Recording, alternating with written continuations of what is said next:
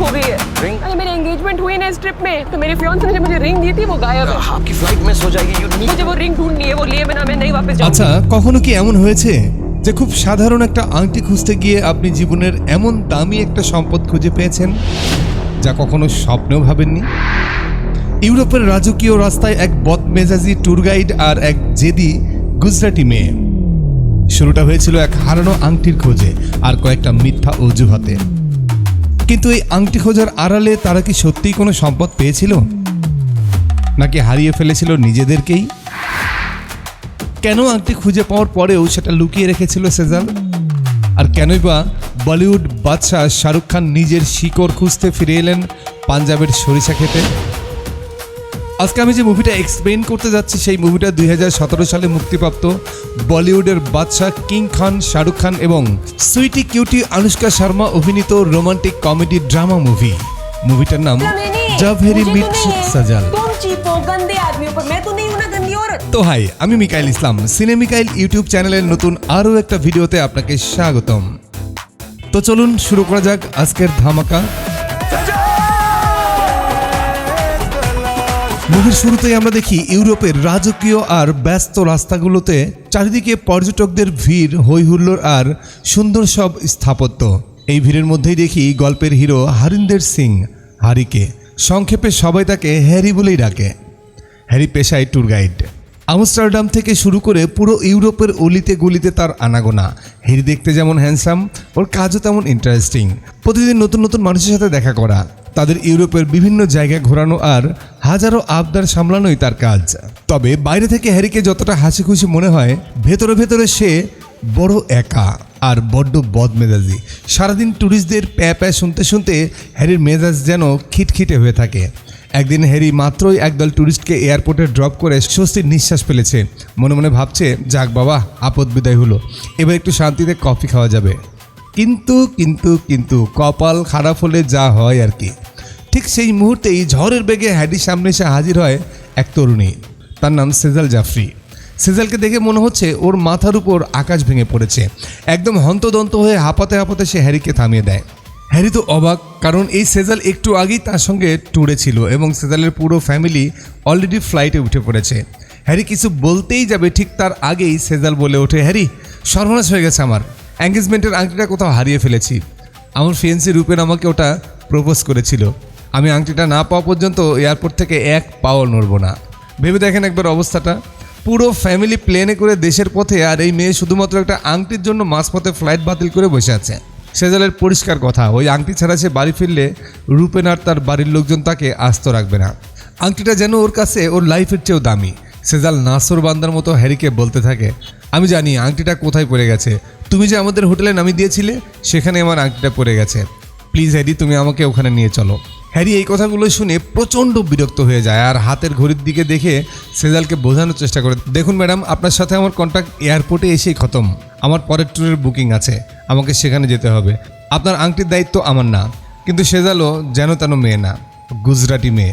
ব্যবসার বুদ্ধি ওর রক্তে। সে চট করে তার পার্স বের করে হ্যারির চোখের সামনে দুলাতে থাকে আর বলে, শোনো হ্যারি, তোমার কাছে অন্য কোনো অপশন নেই। তুমি পার ডে যত টাকা চার্জ করো আমি তার থেকে বেশি দেবো।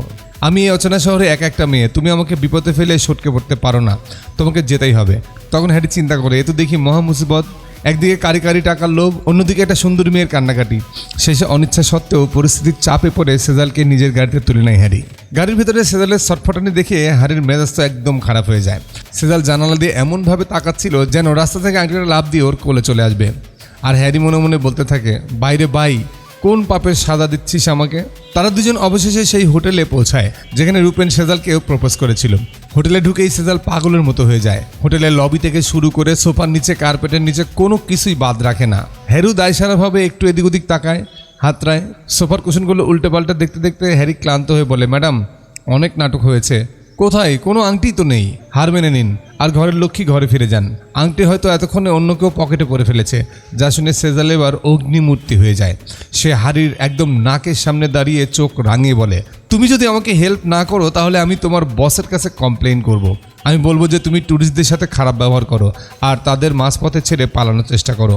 ভেবে দেখো তোমার চাকরিটা কিন্তু থাকবে না। হ্যারি তখন চাকরি হারানোর ব্যাপক ভয় পেয়ে যায়। হ্যারি জানে ওর বস খুব কড়া মানুষ। চাকরি চলে গেলে এই ইউরোপে ভিখারি হওয়া ছাড়া কোনো উপায় নেই। তাই দাঁতের দাঁত চেপে সেজালের এই অদ্ভুত আবদার মেনে নিতে বাধ্য হয় সে। তারপর সিদ্ধান্ত নেয় গত কয়েকদিনে ইউরোপের ট্যুরিস্টে সেজাল যেখানে যেখানে গিয়েছিল সেই সব মিউজিয়াম বা রেস্টুরেন্ট এবং পাবগুলোতে তারা আবারও যাবে, একদম শুরু থেকে শুরু করবে। সারাদিন আংটি খোঁজা হলেও রাত বাড়ার সাথে সাথে শুরু হলো আসল খেলা।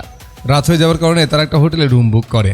তবে হ্যারি কিন্তু এখনও হাল ছাড়েনি। তার মাথায় একটাই চিন্তা, কীভাবে এই ছটফটানি মেয়েটাকে বিদায় করা যায়। হ্যারি একটা প্ল্যান করে সেজালের রুমে গিয়ে দাঁড়ায়, একদম গম্ভীর চেহারা করে গলার আওয়াজটা একটু নিচু করে আর খসখস করে বলতে শুরু করে, দেখুন সেজাল, আমি কিন্তু মানুষ হিসাবে আদতে একদমই সুবিধার না।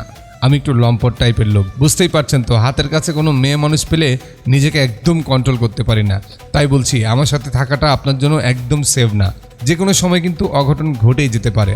এখনও সময় আছে, কাল সকালে প্রথম ফ্লাইট ধরে বাড়িতে চলে যান। হ্যারি ভেবেছিল এই কথা শুনে সেজাল ভয়ে কেঁপে উঠবে আর ব্যাগটা গুছিয়ে চম্পট দিবে, কিন্তু না, সেজাল যে এত বড় ঘাঘু সেটা হ্যারি স্বপ্নেও ভাবে নাই। সেজাল ভয় পাওয়া তো দূরের কথা, উল্টো মুসকে একটা হাসি দিয়ে আলমারি থেকে একটা কাগজ আর কলম বের করে হ্যারির চোখের দিকে একদম স্থিরভাবে তাকিয়ে সে কাগজের উপর খসখস করে কিছু লিখতে শুরু করলো। হ্যারি তো অবাক। তখন সেজাল বলে, তুমি যতই ভয় দেখাও হ্যারি, আমি কিন্তু এখান থেকে নড়ছি না। এই যে দেখো, আমি একটা বন্ড পেপার লিখে দিচ্ছি আমাদের এই যাত্রা নিয়ে। হ্যারি তো আকাশ থেকে পড়লো। 20 বছরের গাইড ক্যারিয়ারে হ্যারি কত রকমের পাবলিক দেখেছে, কিন্তু এমন ডিয়ারিং মেয়ের সামনে জীবনেও পড়েনি। সেজাল সেই কাগজটা এগিয়ে দিয়ে বলল, এই নাও হ্যারি, তোমার সব ভয়ের ওষুধ। আমি এখানে লিখে দিয়েছি যে আমাদের এই পুরো টিপে যদি আমাদের মধ্যে ফিজিক্যাল রিলেশন বা শারীরিক কোনো অঘটন ঘটেও যায়, তবে তার জন্য আমি তোমার বিরুদ্ধে কোনো আইনি ব্যবস্থা নেব না। এটা সম্পূর্ণ আমার নিজের রিস্ক। এবার তো শান্তি। এই কথা শুনে হ্যারি তো একদম থতমত হয়ে যায় আর ভাবে, এ তো দেখি মারাত্মক মানের চিজ। যাই হোক, হ্যারি কোনো উপায় না পেয়ে পরদিন সকাল থেকে তারা আবারও তাদের সেই আংটি উদ্ধার অভিযানে বেরিয়ে পড়ে। সেজাল হ্যারিকে নিয়ে আমস্টারডামের সেই সব পুরনো গলি আর ক্যাফেগুলোতে ঘুরতে শুরু করে যেখানে সে আগে গিয়েছিল। কিন্তু কপাল খারাপ হলে যা হয় আর কি, রেজাল্ট শূন্য, কোথাও আংটি পাওয়া যায় না। হ্যারি এবার বিরক্তির শেষ সীমানায় পৌঁছে যায়। মাঝ রাস্তায় দাঁড়িয়ে হাত পা নেড়ে সেজালকে বলতে শুরু করে, ম্যাডাম, একটু লজিক দিয়ে চিন্তা করুন তো। এই শহরটা বিশাল বড়, হাজার হাজার ট্যুরিস্ট ঘুরতেছে। আপনার ওই পিচ্চি একটা আংটি কোথায় কার পায়ের নিচে পিষে গেছে বা কার পকেটে ঢুকে গেছে তার কোনো গ্যারান্টি আছে? দয়া করে পাগলামিটা বন্ধ করুন। এর চেয়ে বরং একটা ভালো দোকান থেকে আপনি একটা নতুন ডায়মন্ড রিং কিনে নিন। আগেরটা তো হীরের ছিল, তাই না? এই সব কথা শুনিয়ে সেজাল হ্যারির দিকে এমনভাবে তাকালো যেন হ্যারি কোনো মহা অপরাধ করে ফেলেছে। সেজাল বেশ আবেগপ্রবণ হয়ে বলল, হ্যারি, তুমি কি কোনোদিন ভালোবাসার টান বুঝেছ? রূপন যখন আমাকে ওই রিংটা পরিয়ে প্রপোজ করেছিল, ওটার সাথে আমার কত কোটি ইমোশন জড়িয়ে আছে সেটা তুমি ভাবতেও পারবে না। ওটা স্রেফ একটা পাথর বা সোনা না, ওটা আমার বিশ্বাস। আর বিশ্বাসের কি কোনো অল্টারনেটিভ হয়? এত কিছুর মাঝেও সেজাল ফ্যামিলির কাছে নিয়মিত চ্যাটেই ছিল, আর লেগে ফোনে বাড়ির লোকজনদেরকে আশ্বস্ত করে যে সে ঠিক আছে, আর হ্যারি নামের একজন গাইড তাকে সম্পূর্ণভাবে হেল্প করছে। সারাদিন টোটো কোম্পানির মতো ঘুরে রাতে তারা আবার সেই হোটেলে ফেরে। এরপর হ্যারি চুপি চুপি কাউকে কিছু না বলে হোটেল থেকে বের হয়ে যায়। কিন্তু সেজালের নজর থেকে পালানো কি এতই সহজ? সেজাল ঠিকই আড়াল থেকে লক্ষ্য করে হ্যারি ছটকে পড়েছে। কৌতূহল সামলাতে না পেরে সেজালও হ্যারির পিছু নিল। হ্যারি গিয়ে ঢুকলো একটা জমকালো নাইট ক্লাবে। ক্লাবের ভেতর তখন ধোঁয়া আর মিউজিশিয়ানের পাগল করা মিউজিক। সেজালও হ্যামিলনের বাঁশিওয়ালা ইঁদুরের মতো সেই টানে ক্লাবে ঢুকে পড়ল। হ্যারির নজর আসার জন্য সে ডান্স ফ্লোরে গিয়ে মিউজিকের তালে তালে একদম কোমর দুলিয়ে নাচতে শুরু করলো। হ্যারি যখন সেজালকে দেখে তখন তার চোখ কপালে উঠে যায়। সেজাল তখন একদম ইনোসেন্ট ভাব নিয়ে বলল, ও হ্যারি, কি অদ্ভুত মিল, দেখো তুমি এখানে, আমরা আবারও এক জায়গায় চলে আসলাম। হ্যারি ভ্রু কুঁচকে বলল, ম্যাডাম, এই জায়গাটা আপনার মতো মেয়েদের জন্য না, পরিবেশ ভালো ঠেকছে না, চলুন ফিরে যাই। সেজাল তখন হ্যারির একটু কাছে গিয়ে বাঁকা হেসে খোঁচা দিয়ে বলল, কেন হ্যারি, এখানে কি আমাকে ভালো লাগছে না? আমি কি যথেষ্ট আকর্ষণীয় না যে তুমি আমাকে দেখে মিউজিক এনজয় করতে বলছো না?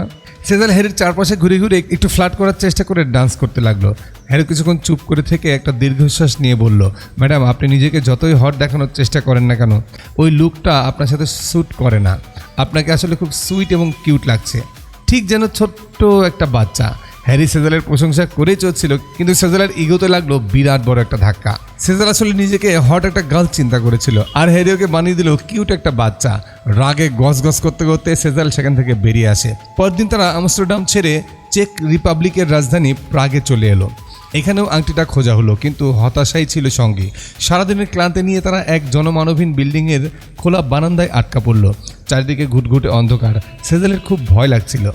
হ্যারি নিচের ফ্লোরেই জ্যাকেট পেতে শুয়ে পড়লো আর সেজালের জন্য রেখে দিল একটা কাঠের বেঞ্চ। রাতের নিস্তব্ধতায় সেজালের ভয় আর একাকিত্ব যখন মাত্রা ছাড়িয়ে গেল, তখন সেজাল একদম চুপি চুপি উঠে হ্যারির একদম গা ঘেঁষে মেঝের উপর শুয়ে পড়ল। হ্যারি তখন গভীর ঘুমে আচ্ছন্ন, আর সেই ঘুমের ঘোরে সে তার ফেলে আসা সেই পুরনো দিনগুলোর স্বপ্ন দেখতে শুরু করলো। সকালবেলা যখন হ্যারির ঘুম ভাঙে, তখন হ্যারি থতমত খেয়ে যায়। হ্যারি দেখে সেজাল তার বুকের উপর একদম নিশ্চিন্তে মাথা রেখে অঝরে ঘুমোচ্ছে। হ্যারির বুকটা তখন কেমন যেন ধক করে উঠল। খুব সাবধানে আলতো করে সেজালকে সরিয়ে দিল যাতে ওর ঘুম না ভেঙে যায়। হ্যারি একটু আড়ালে গিয়ে দাঁড়ালো। রাতে স্বপ্নগুলো এখনও তাকে তাড়া করছিল। হ্যারির চোখের কোণে পানি চলে এলো। ডুকরে কেঁদে উঠল। হ্যারির মনে পড়ে গেল নিজের গ্রাম, নিজের মা বাবা আর সেই বিশাল শস্য ক্ষেতের কথা, যেখান থেকে সে একদিন জিদ করে পালিয়ে এসেছিল। ঠিক সেই মুহূর্তেই সেজাল ওখানে চলে আসে। হ্যারিকে কাঁদতে দেখে সেজাল থমকে গেল। হ্যারির সাথে সাথে চোখের পানি মুছে স্বাভাবিক হওয়ার চেষ্টা করলো। সেজাল হ্যারির কাঁধে হাত রেখে চুপচাপ দাঁড়িয়ে রইল।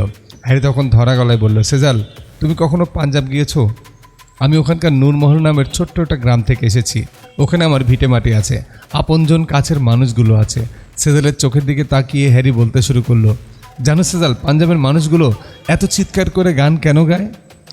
কারণ আমাদের ওখানকার লোকেরা সব কৃষিকাজ করে, বড় বড় ট্রাক্টর চালায়। ওই ট্রাক্টরের ইঞ্জিনের বিকট শব্দের মধ্যে নিজেদের গলার আওয়াজ যাতে নিজেরা অন্তত শুনতে পায়, সেজন্য তারা বুক ফাটিয়ে চিৎকার করে গান গায়। হ্যারি একটু থেমে গলাটা ঝেড়ে নিয়ে আবারও বলল, আমি বড় সিঙ্গার হতে চেয়েছিলাম জানো। বাড়ির লোককে কিছু না জানিয়ে একদিন স্রেফ লুকিয়ে কানাডা পালিয়ে এসেছিলাম বড় গায়ক হব বলে।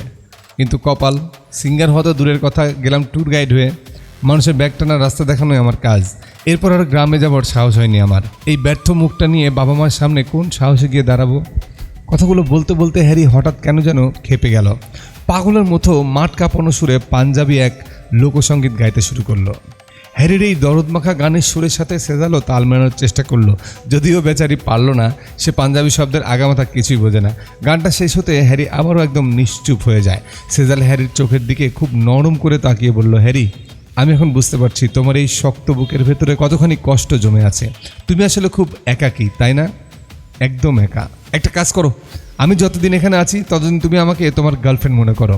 আমি হচ্ছি তোমার সেজাল, হ্যারির গার্লফ্রেন্ড। আমি প্রমিস করছি এই কয়দিন তোমার চারপাশে আঠার মতো লেগে থাকবো। কোনো ধরনের একাকিত্ব তোমাকে ছোবার সুযোগও পাবে না। সেজালের মুখে এই অদ্ভুত প্রস্তাব শুনে হ্যারি জাস্ট থ মেরে যায়। হ্যারির পাথরের মতো জমে থাকা হৃদয়ে যেন কেউ এক পশলা বৃষ্টির পানি ছিটিয়ে দিল। পরদিন তারা হাঙ্গেরির বুদাপেস্টের উদ্দেশ্যে ট্রেনে চেপে বসলো। ট্রেনের জানালার পাশে বসে হ্যারি বারবার আর চোখে সেজালের দিকে তাকাচ্ছিল, কিন্তু সেজাল তো আর কাঁচা খেলোয়াড় না, তাই না? হ্যারির চুরি করার চাউনি একদম ধরে ফেললো। সেজাল এমনিতেই চঞ্চল আর বেশ ফানি টাইপের। হ্যারিকে খোঁচাতে খোঁচাতে বলল, কি ব্যাপার হ্যারি, এভাবে মিটমিট করে তাকিয়ে তাকে কি দেখছো আমাকে? তুমি কি আমাকে দেখছো?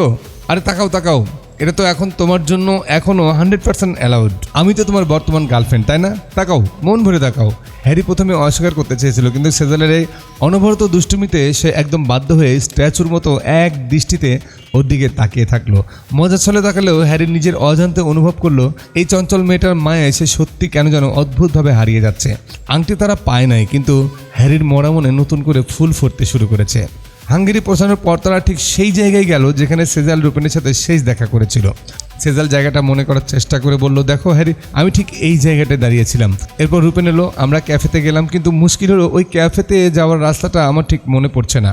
হঠাৎ সেজালের মাথায় একটা আইডিয়া এলো। সে হ্যারিকে বলল, এক কাজ করো তো হ্যারি, তুমি একটু রুপেন সেজে আমার কাছে আসো। ও যেভাবে আমার কাছে এসেছিল তুমি সেভাবে এলে হয়তো আমার মেমোরিটা আবার ফিরে আসবে। হ্যারি প্রথমে একটু ইতস্ততা বোধ করলেও সেজালের কাছে গিয়ে একটু দুষ্টু কাশি দিয়ে বলল, চলুন ম্যাম, ক্যাফেতে যাই। আর এই কথা শুনে সেজাল সাথে সাথে একটা ভেঙচি কাটলো আর বলল, ইস, এভাবে কেউ হবু বউকে ডাকে নাকি? রূপেন তেমন রোবট মার্কা ছিল না। হ্যারি অসহায়ের মতো বলল, আমি কি করে জানবো রূপন আপনার সঙ্গে কীভাবে ব্যবহার করতো? সেজাল তখন হ্যারির কাঁধে হাত রেখে একটু আদুরে গলায় বলল, রূপনের কথা ছাড়ো তো, তুমি তোমার নিজের মতো করে এসো। নিজের সবটুকু অনুভূতি দিয়ে একদম নিজের স্টাইলে আমাকে প্রপোজ করার মতো করে কাছে টেনে নাও তো, যাও, আবার যাও। হ্যারি এবার সত্যি সত্যি যেন নিজের ট্যুর গাইডের খোলস ছেড়ে বেরিয়ে এলো। একদম ড্যাশিং হিরো স্টাইলে হেঁটে গিয়ে সেজালের কোমরে হাত দিয়ে ওকে নিজের খুব কাছে টেনে নিল। সেজালের চোখের দিকে গভীর মমতায় তাকিয়ে ওর কপালে আলতো করে একটা চুমু খেলো।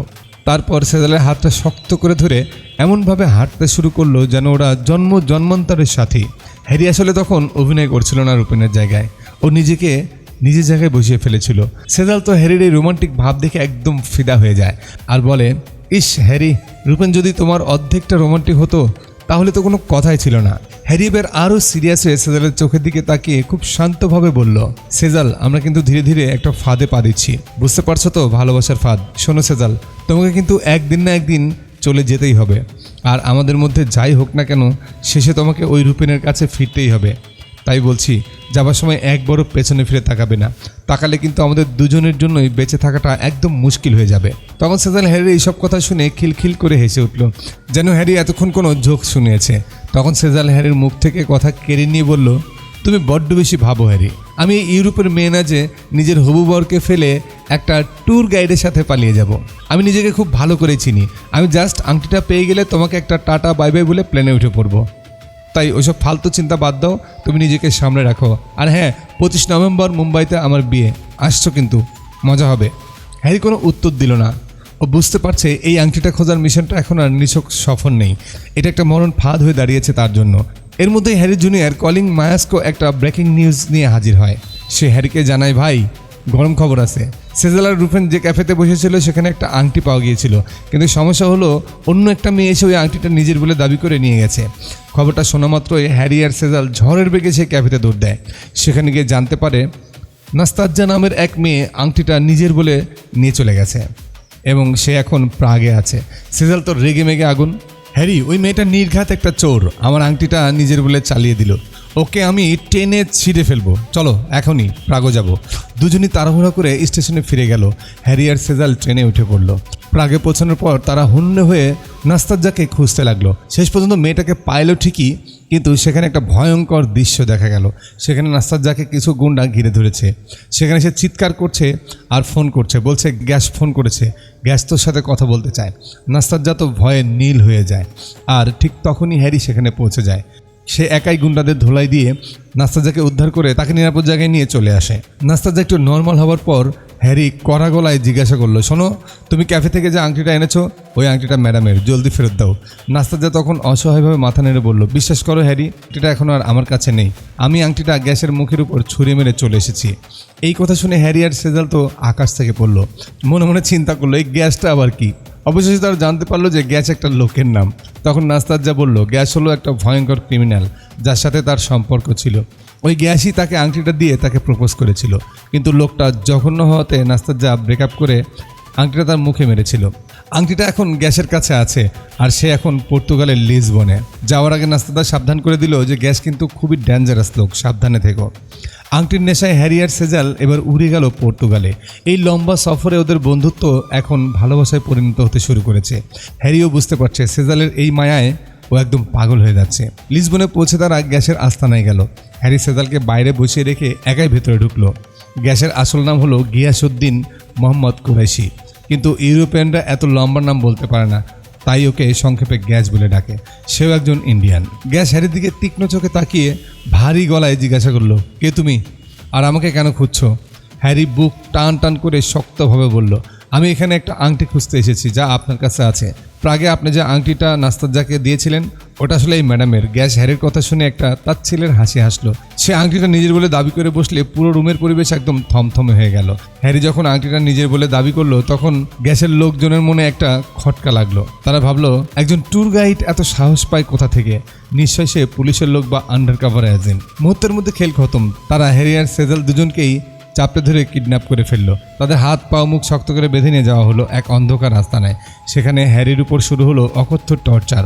বেচারা হ্যারির মাথা ফেটে রক্ত ঝরছে, সাদা শার্টটা একদম লাল হয়ে গেছে। গ্যাস হ্যারির কলা চেপে ধরে তার সেই কর্কশ গলায় বলে উঠলো, এই শোন ছোকরা, আমি আমার গার্লফ্রেন্ডকে একটা রিং গিফট করলাম আর সেটা আমার মুখে ছুঁড়ে মারলো। এখন তুই এসেছিস, এই রিং তোদের। আমাকে কি বলদ পেয়েছিস?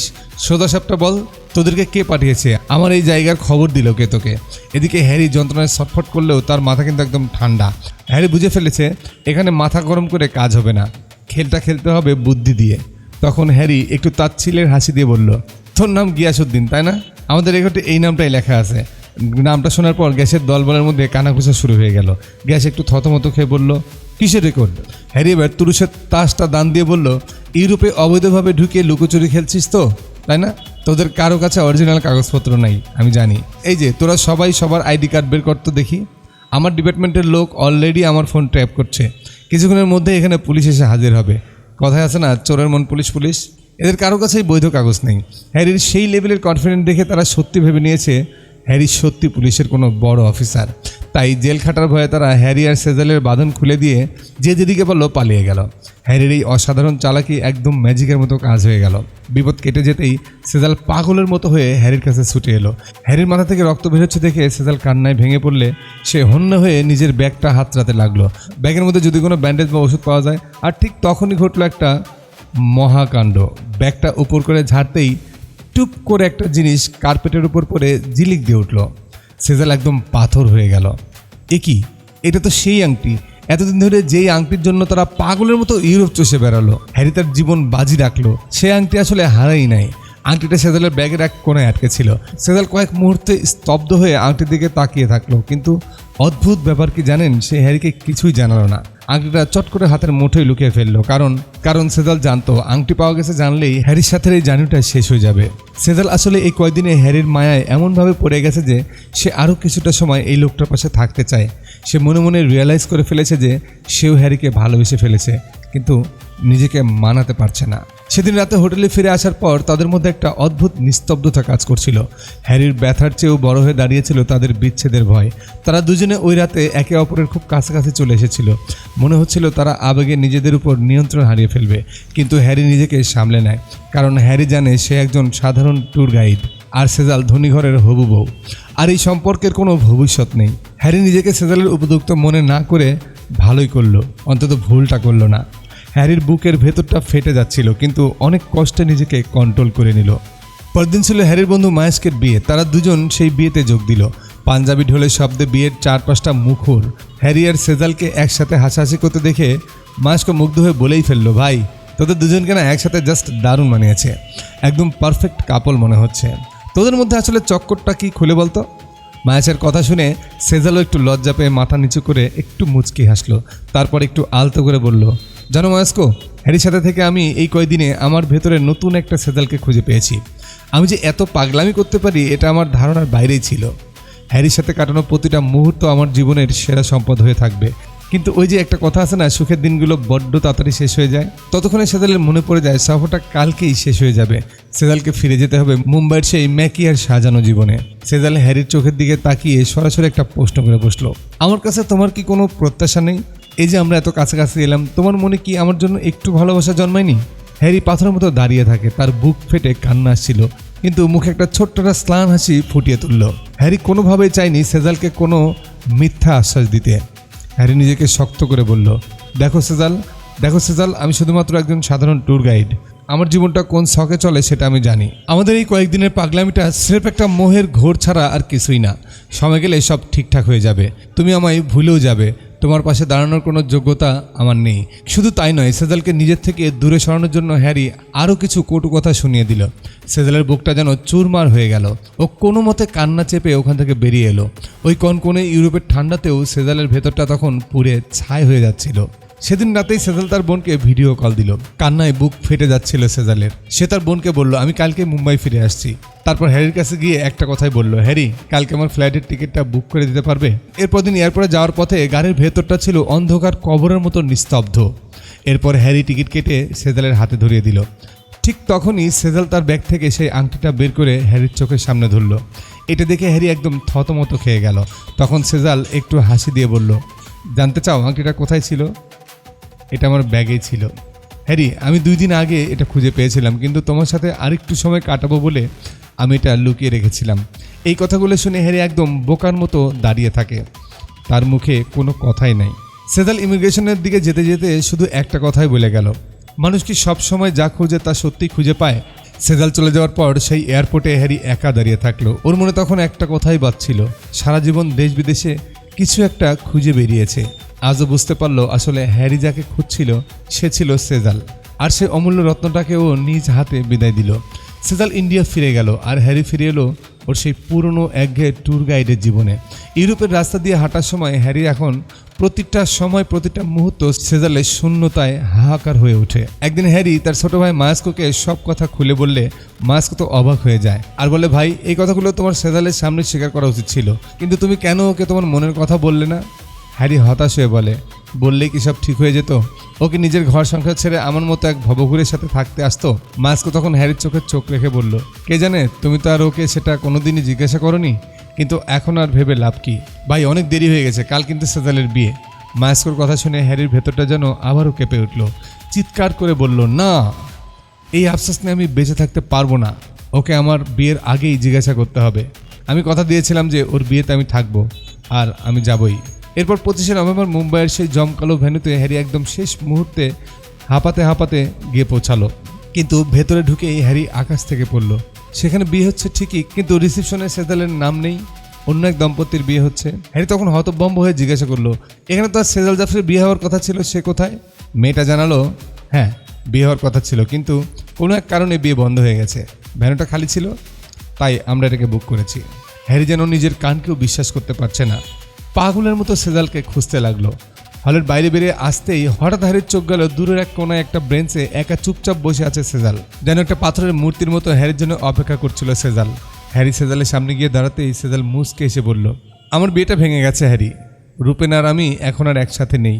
হ্যারি অবাক হয়ে কারণ জানতে চাইলে সেজাল হ্যারির সেই পুরনো কথাগুলো তুলল আর বলল, তুমি তো বলেছিলে সব ঠিক হয়ে যাবে, মোহ কেটে যাবে। এই দেখো হ্যারি, আমার মোহ কাটেনি, বরং আমার জীবনটাই বদলে গেছে। কথাগুলো বলতে বলতে সেজালের চোখে পানি বেরিয়ে আসলো। হ্যারি আর এক মুহূর্ত দেরি করলো না, সেজালের হাত দুটো নিজের হাতের মুঠোয় নিয়ে শক্ত করে বলে উঠল, সেজাল, ইউরোপের ওই অলিগলিতে তুমি আসলে কোনো আংটি খুঁজছিলে না, তুমি আসলে খুঁজছিলে আমাকে। আমার ভেতরে সেই ভয়ঙ্কর শূন্যতা যেটা শুধু তোমাকে ঘিরেই তৈরি হয়েছিল, আজ আমি বুঝতে পারছি আমার এই শূন্যতা পূরণ করার মাধ্যমে তুমি নিজে আজ পূর্ণ হয়েছ। হ্যারি আর সময় নষ্ট না করে হাজারো মানুষের মধ্যেই সামাজিক লোকলজ্জার ভয়কে জয় করে সেজালকে একেবারে নিজের করে নিল। দীর্ঘ এক আলিঙ্গনে তারা দুজনে একে অপরকে বুঝিয়ে দিল যে হারানো আংটিটা খুঁজতে গিয়ে তারা আসলে নিজেদের জীবনের সবচেয়ে বড় সম্পদ ভালোবাসাটাকে খুঁজে পেয়েছে। গল্পের শেষটা হয় একদম রূপকথার মতো। হ্যারি আর সেই ভবঘুরের ট্যুর গাইড হয়ে ইউরোপে পড়ে থাকলো না, সেজালকে নিয়ে এসে বাড়ি ফিরে এলো নিজের শিকড়ে, নিজের প্রিয় গ্রাম নূরমহলে।